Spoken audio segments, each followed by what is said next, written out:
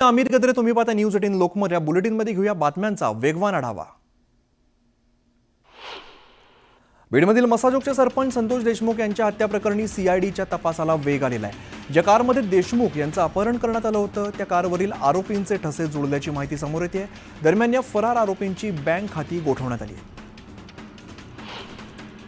संतोष देशमुख हत्या प्रकरणामध्ये बीडमध्ये जवळपास सीआयडीच्या 9 टीम तपासाचं काम करत आहेत. या टीममध्ये सुमारे 150हून अधिक सीआयडी अधिकारी हे कार्यरत आहेत. या टीमने आतापर्यंत 100हून अधिक लोकांची चौकशी केली.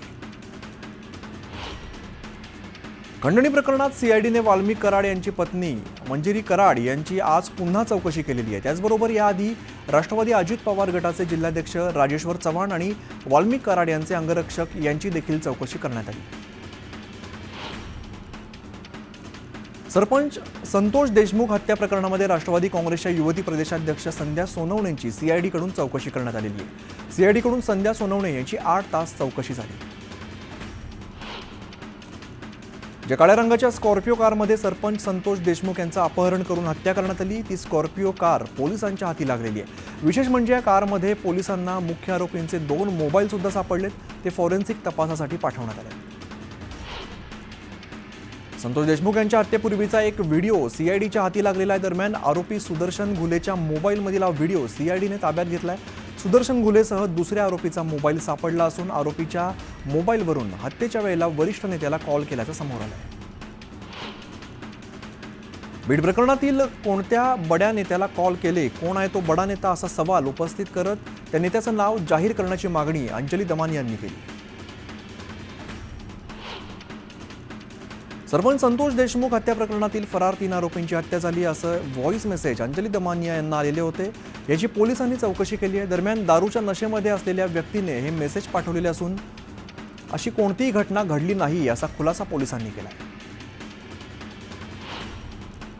बीड प्रकरणाबाबत अंजली दमानिया यांच्याकडे जी माहिती उपलब्ध असेल ती त्यांनी पोलीस प्रशासनाला द्यावी. फक्त हवेत बोलू नये असं आव्हान प्रवीण दरेकरांनी दिलेलं आहे. राज्याचे मुख्यमंत्री देवेंद्र फडणवीस यांनी संबंधित आरोपींवरती कठोर कारवाईचे निर्देश दिलेत असंही ते म्हणाले. अंजली दमानिया यांच्या दाव्यावरून संजय गायकवाडांनी टीका केली आहे. दमानिया यांच्याकडे कुठली शोध यंत्रणा आहे असा सवाल आमदार संजय गायकवाड यांनी उपस्थित केला. दमानिया यांच्या विधानावरती विश्वास ठेवता येणार नाही असंही गायकवाड म्हणाले. संतोष देशमुख यांच्या कुटुंबियांना न्याय मिळायलाच हवा. कोणालाही पाठीशी घालण्याचा प्रयत्न होऊ नये. मुख्यमंत्र्यांनी या प्रकरणात पुढाकार घ्यावा अशी मागणी खासदार अमोल कोल्हेंनी केली. जितेंद्र आव्हाड यांच्या विरोधात अॅट्रॉसिटीचा गुन्हा दाखल करावा या मागणीसाठी राष्ट्रवादीच्या वतीने बीड पोलीस ठाण्याबाहेर ठिय्या आंदोलन करण्यात आलेलं आहे. जोपर्यंत आव्हाडांवरती अॅट्रॉसिटीचा गुन्हा दाखल होणार नाही तोपर्यंत मागे हटणार नसल्याचा आक्रमक पवित्रा राष्ट्रवादीच्या कार्यकर्त्यांनी घेतला आहे. संतोष देशमुख हत्येप्रकरणी जितेंद्र आव्हाडांचे चॅट रुपाली ठोंबरे यांनी सोशल मीडियावरती व्हायरल केलेत. या प्रकरणी जितेंद्र आव्हाड यांच्या भूमिकेवरती राष्ट्रवादी काँग्रेसचे प्रदेशाध्यक्ष सुनील तटकरे यांनी शंका व्यक्त केलेली आहे. याची सखोल चौकशी करण्याची मागणी सुद्धा त्यांनी केली. बदनामी केल्याचा आरोप करत रुपाली ठोंबरेंविरोधात जितेंद्र आव्हाडांनी बीडमध्ये तक्रार दाखल केली आहे. दरम्यान हा खोटा गुन्हा असून मी घाबरणार नाही अशी प्रतिक्रिया ठोंबरेंनी दिली. धनंजय मुंडेंसंदर्भात सर्व निर्णय मुख्यमंत्री देवेंद्र फडणवीस घेतील. फडणवीसांकडे डावा उजवा असं कधी नसतं असं वक्तव्य चंद्रकांत पाटलांनी केलं आहे. संतोष देशमुख यांना न्याय मिळेल अशी प्रतिक्रिया मंत्री भरत गोगावलेंनी दिलेली आहे. मुख्यमंत्री, दोन्ही उपमुख्यमंत्री आणि मंत्रिमंडळाकडून कोणालाही पाठीशी घातलं जाणार नाही असं गोगावले म्हणाले. सुरेश धस यांनी प्राजक्ता माळी यांच्यावरती केलेल्या टीकेचा चंद्रकांत पाटलांनी निषेध केला आहे. एखाद्या स्त्रीबद्दल असं बोलणं, एका अभिनेत्रीचं नाव कोणाशी तरी जोडणं सुरेश धस यांना शोभत नाही. त्यामुळे त्यांनी कोणत्याही महिलेची नाचक्की आणि बदनामी होईल असं बोलू नये असं वक्तव्य चंद्रकांत पाटलांनी केलं आहे. प्राजक्ता माळी यांची तक्रार महिला आयोगास प्राप्त झालेली आहे. त्याचा अभ्यास करून कायदेशीर बाबी तपासून नियमानुसार आयोग आवश्यक ती कार्यवाही करेल. तसंच सोशल मीडियाच्या माध्यमातून प्राजक्ताला ट्रोल करणाऱ्यांविरोधात शासनाकडून कठोर कारवाई करण्याबाबत आयोग पुढे येईल असं महिला आयोगाच्या अध्यक्षा रुपाली चाकणकर यांनी स्पष्ट केलं आहे. बीडमध्ये अंजली दमानिया यांनी आंदोलनाला सुरुवात केली आहे. जोपर्यंत संतोष देशमुख यांच्या आरोपीला पोलीस अटक करत नाही तोपर्यंत आंदोलन सुरूच ठेवणार आणि बीड सोडणार नाही असा इशारा त्यांनी दिला आहे. परभणीसह बीडमधील घटनेच्या निषेधार्थ मुंबईतील चेंबूरमध्ये सकल मराठा समाजाकडून आंदोलन करण्यात आलेलं आहे। यावेळेला आरोपींना लवकरात लवकर अटक करण्यात यावी अशी मागणी केली जाते। शिवसेना ठाकरे गटाचे नेते अनिल परब यांनी शिर्डीत साईंच्या समाधीचं दर्शन घेतलंय। बीडमध्ये सुख शांती समाधान राहू दे अशी प्रार्थना साईबाबांना करतो असं परब म्हणाले। पालघरच्या तारापूर एमआयडीसीतील UK ॲरोमॅटिक केमिकल कंपनीला भीषण आग लागलेली आहे। बोईसरच्या सालवड शिवाजीनगर परिसरातील कारखान्याला लागलेल्या आगीमुळे परिसरात धुराचे लोळ पाहायला मिळत आहेत, तर आणखीन 2 कंपन्या आगीच्या भक्ष्यस्थानी सापडलेल्या आहेत। पालघरचे पोलीस अधीक्षक बाळासाहेब पाटील यांनी घटनास्थळी जाऊन आगीच्या तीव्रतेचा आढावा घेतलेला आहे। त्यांच्यासह महसूल विभागाचे काही अधिकारी उपस्थित होते। 3 पैकी 2 कंपन्या बंद होत्या। दरम्यान जीवितहानीबाबत अजून काही स्पष्टता नसल्याची माहिती पोलीस अधीक्षक बाळासाहेब पाटील यांनी दिली। तारापूर एमआयडीसीतील आगीच्या घटनेनंतर 3 तासांनी महाराष्ट्र प्रदूषण नियंत्रण मंडळाचे अधिकारी घटनास्थळी दाखल झालेत। अधिकाऱ्यांना घटनास्थळी पोहोचायला उशीर झाल्यामुळे स्थानिकांनी त्यांना धारेवरती धरले। हिंगोलीमध्ये कौटुंबिक वादातून पोलीस कर्मचाऱ्याने स्वतःच्या पत्नीसह सासूरवाडीतील व्यक्तींवरती गोळीबार केल्याची घटना घडली होती। गोळीबारानंतर पोलिसांच्या पत्नी जागीच ठार झाल्या होत्या, तर गंभीर जखमी असलेल्या मेवण्याचा मृत्यू झालेला आहे, तर मुलगा आणि सासू यांच्यावरती रुग्णालयामध्ये उपचार सुरू आहेत। नवी मुंबईतील कोपरखर्णेमध्ये इमारतीच्या पहिल्या मजल्यावरील एका घरातील हॉलमध्ये मोठं भगदाड पडलंय। सेक्टर 7 मधील सम्राट नावाच्या इमारतीत एका फ्लॅटच्या हॉलमध्ये काही भाग थेट कोसळलाय, त्यामुळे पालिकेकडून इमारत रिकामी करण्याची सूचना देण्यात आली आहे।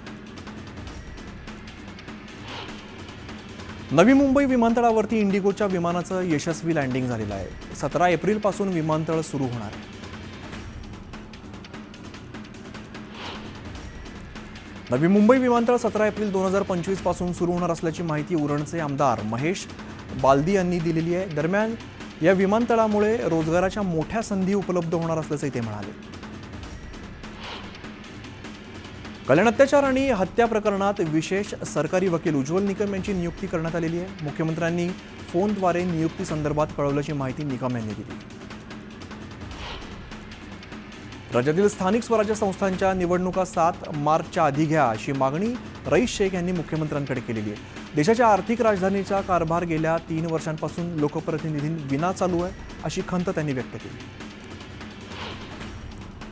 पुण्यातील एका भिंतीवरती हिरवा रंग देत चादर आणि फुलं चढवल्याचा धक्कादायक प्रकार सदाशिव पेठेत घडलेला आहे। या घटनेची दखल घेत भाजपाच्या खासदार मेधा कुलकर्णी यांनी स्वतः जात हिरव्या रंगावरती भगवा रंग दिलाय। सचिन खरात यांनी खासदार मेधा कुलकर्णींवरती हल्लाबोल केलेला आहे। संविधानाने स्वतःच्या घरांचा भिंतीला कोणता रंग द्यायचा हे ठरवण्याचा अधिकार सर्वांना दिला, त्यामुळे देशात हुकुमशाही नाही लोकशाही आहे असा टोला सुद्धा त्यांनी लगावला। विधान परिषदेच्या सभापती बिनविरोध निवड झाल्यानंतर राम शिंदे पहिल्यांदाच कर्जत जामखेड मतदारसंघामध्ये आलेले आहेत। यावेळेला कार्यकर्त्यांकडून त्यांचं भव्य असं स्वागत करण्यात आलं। पालकमंत्रीपदाचा निर्णय लवकरच होणार आहे, त्यामुळे आम्ही काही काम थांबवलेलं नाहीये, लोकांची कामं सुरूच राहतील असं वक्तव्य गुलाबराव पाटलांनी केलं आहे। निलेश राणेंनी मालवण नगर परिषदेची आढावा बैठक घेतली। त्यांनी त्यांच्या शैलीमध्ये अधिकाऱ्यांना चांगलाच दम भरलेला आहे। आमदार खासदार बदललेत, आता हलगर्जीपणा चालणार नाही असा इशारा निलेश राणेंनी दिला। रवींद्र चव्हाण यांनी सप्तशृंगी देवीचं दर्शन घेतलेलं आहे। मंत्रिमंडळात स्थान मिळालं नसलं तरी भाजपाच्या प्रदेश प्रभारी पदाची जबाबदारी चव्हाणांवरती सोपवण्यात आली, त्यामुळे नव्या राजकीय प्रवासाची सुरुवात करण्याआधी त्यांनी देवीचं दर्शन घेतलं। उत्तम जानकर यांनी शरद पवारांची भेट घेतलेली आहे। शरद पवार बारामती दौऱ्यावरती असताना जानकरांनी पवारांची भेट घेत नागरिकांच्या समस्या मांडलेल्या। अहिल्यानगरमध्ये भाजपाच्या सदस्य नोंदणी अभियानाच्या पार्श्वभूमीवरती कार्यशाळा घेण्यात आलेली आहे। दक्षिण अहिल्यानगरमध्ये मोठ्या संख्येने नोंदणी करून घेण्याचं आवाहन आमदार अमित गोरखेंनी केलं आहे। काँग्रेस प्रदेशाध्यक्ष नाना पटोले यांच्या मातोश्री मीराबाई पटोले यांचं वृद्धापकाळानं निधन झालंय। त्या 90 वर्षांच्या होत्या। मंत्री भरत गोगावले यांनी शिर्डीमध्ये साईबाबांच्या समाधीचं दर्शन घेतलंय। गेल्या 15 वर्षांपासून आमदार म्हणून साईंच्या दर्शनाला येत होतो, यंदा मंत्री म्हणून आलोय अशी प्रतिक्रिया त्यांनी दिली।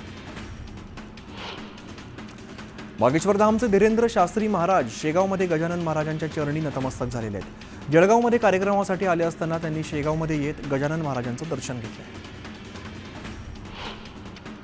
तुळजापूरच्या मेसाई जवळगा इथे सरपंच नामदेव निकम यांनी हल्ल्याच्या निषेधार्थ शोले स्टाईल आंदोलन केलेलं आहे. थेट पाण्याच्या टाकीवरती चढत सरपंच निकम यांनी गावकऱ्यांसह पोलिसांचा निषेध नोंदवला. कोरेगाव भीमा शौर्य दिन कार्यक्रमाच्या पार्श्वभूमीवरती पुणे ग्रामीण पोलिसांकडून वाहतुकीचं काटेकोर नियोजन करण्यात आलेलं आहे. कार्यक्रमस्थळी भव्य पार्किंग व्यवस्था सुद्धा उभारण्यात आली. पोत्यांच्या तुटवड्यामुळे वाशिम जिल्ह्यामध्ये नाफेडची सोयाबीन खरेदी मागील 5 दिवसांपासून ठप्प आहे. त्यामुळे अनसिंग, रिसोड, अमानीसह इतर खरेदी केंद्रांवरती शेतकऱ्यांच्या वाहनांच्या लांबच लांब रांगा बघायला मिळत आहेत. वढवण बंदराला जोडणाऱ्या महामार्गासाठी सध्या पालघरमध्ये भूसंपादन सुरू आहे. याबाबत शेतकऱ्यांना कोणतीही पूर्वकल्पना किंवा नोटीस न देता शासनाने जमिनींचं अधिग्रहण सुरू केलं. त्यामुळे संतप्त शेतकऱ्यांनी विरोध केल्याने प्रशासनाला काढता पाय घ्यावा लागला. लॉकडाऊनच्या काळामध्ये उत्पन्नाच्या शोधात असणाऱ्या जळगावातील एका एसी मेकॅनिक तरुणाला यूट्यूबवरून शेतीविषयक भन्नाट माहिती मिळाली होती आणि त्या माहितीच्या आधाराने संदीप गुजर या तरुणाने एका एकरमध्ये 6 ते 6.5 लाखांचं पेरूचं उत्पन्न घेतलं आहे.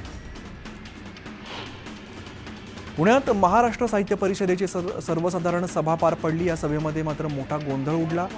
सभेत चांगलाच गदारोळ पाहायला मिळाला. गडचिरोली जिल्ह्यातील अतिसंवेदनशील भागामध्ये माओवाद्यांनी बांधलेलं स्मृती स्मारक गडचिरोली पोलिसांनी उद्ध्वस्त केलेलं आहे. हे स्मारक उद्ध्वस्त करण्याआधी बॉम्बशोधक पथकासह तपासणी केली. मुंबई पुण्याहून मोठ्या प्रमाणात पर्यटनासाठी पर्यटक लोणावळ्याला येत असतात. मात्र लोणावळ्यातील रस्ते हे खड्डेमय आणि संकुचित असल्यामुळे पर्यटकांना मनस्ताप सहन करावा लागतो. त्यामुळे प्रशासनाने रेल्वे पूल बांधावा अशी मागणी तर जोर धरू लागली. नागपूरमध्ये पर्यावरण प्रेमींकडून जिल्हाधिकारी कार्यालयात एक पेड माँ के नाम हे अभियान राबवण्यात आलेलं आहे. जिल्हाधिकारी कार्यालयातील नव्या इमारतींच्या बांधकामासाठी वृक्षतोडीला विरोध करण्यासाठी पर्यावरण प्रेमींनी हे अभियान राबवलं. बदलापुरात होणाऱ्या आगरी महोत्सवाची शान गौतमी पाटीलच्या नृत्याने अधिकच वाढलेली आहे. गौतमी पाटीलच्या बहारदार नृत्याने सर्वांनाच घायाळ केलेला आहे. यावेळेला गौतमीचं नृत्य पाहण्यासाठी मोठी गर्दी झाली.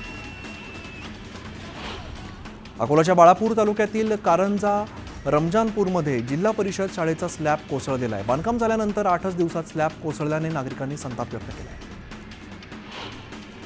वाशिम जिल्ह्यातून जाणाऱ्या अकोला ते पूर्णा 185 किलोमीटर रेल्वे मार्गाचं विद्युतीकरण पूर्ण झाले. त्यामुळे आजपासून या मार्गावरती 8 एक्सप्रेस गाड्या धावणार आहेत.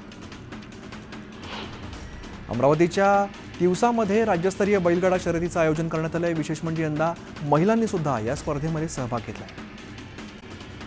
तर घेऊया उर्वरित बातम्यांचा वेगवान आढावा.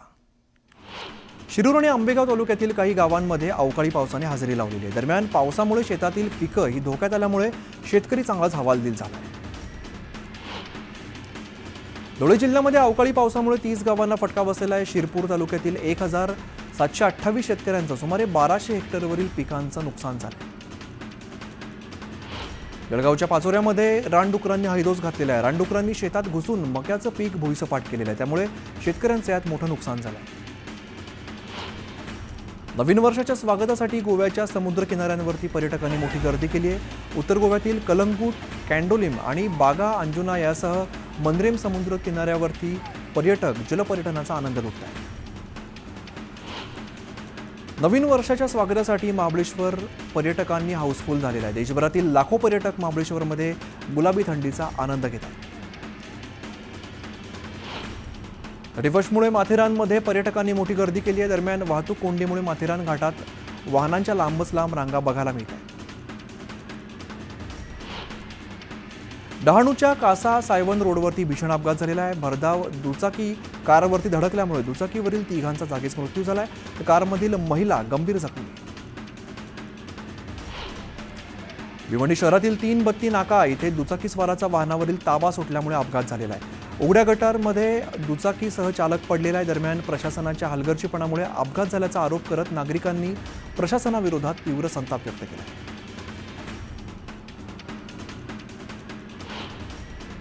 या सगळ्या वेगवान बातम्यांनंतर एक छोटासा ब्रेक घेतोय आणि लगेचच परत येतोय.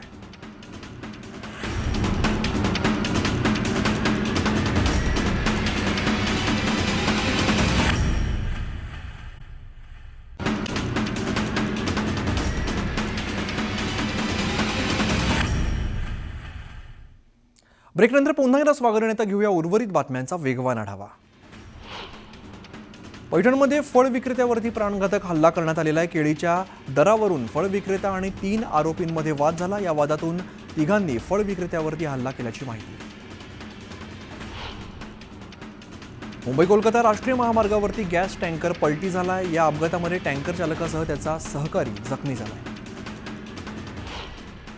दर्यापूरच्या सांगवा फाट्याजवळ वाळू वाहून नेणाऱ्या ट्रॅक्टरने बैलगाडीला धडक दिल्यामुळे अपघात झाला. या अपघातामध्ये 3 जण जखमी झाले. सतीश वाघ हत्या प्रकरणी नवीन अपडेट समोर आलेली आहे. मागील 10 वर्षांपासून सतीश वाघ हे मोहिनी वाघ यांचा मानसिक छळ करत होते. एवढंच नाही तर मोहिनी वाघ यांना ते मारहाण देखील करत असल्याची माहिती मोहिनी वाघ यांनी पोलिसांना दिली. कल्याणमधील मराठी कुटुंबाला मारहाण केल्याप्रकरणी आरोपी अखिलेश शुक्लासह त्याची पत्नी आणि इतर 5 आरोपींना न्यायालयीन कोठडी सुनावण्यात आलेली. कल्याण न्यायालयाने 14 दिवसांची कोठडी सुनावली.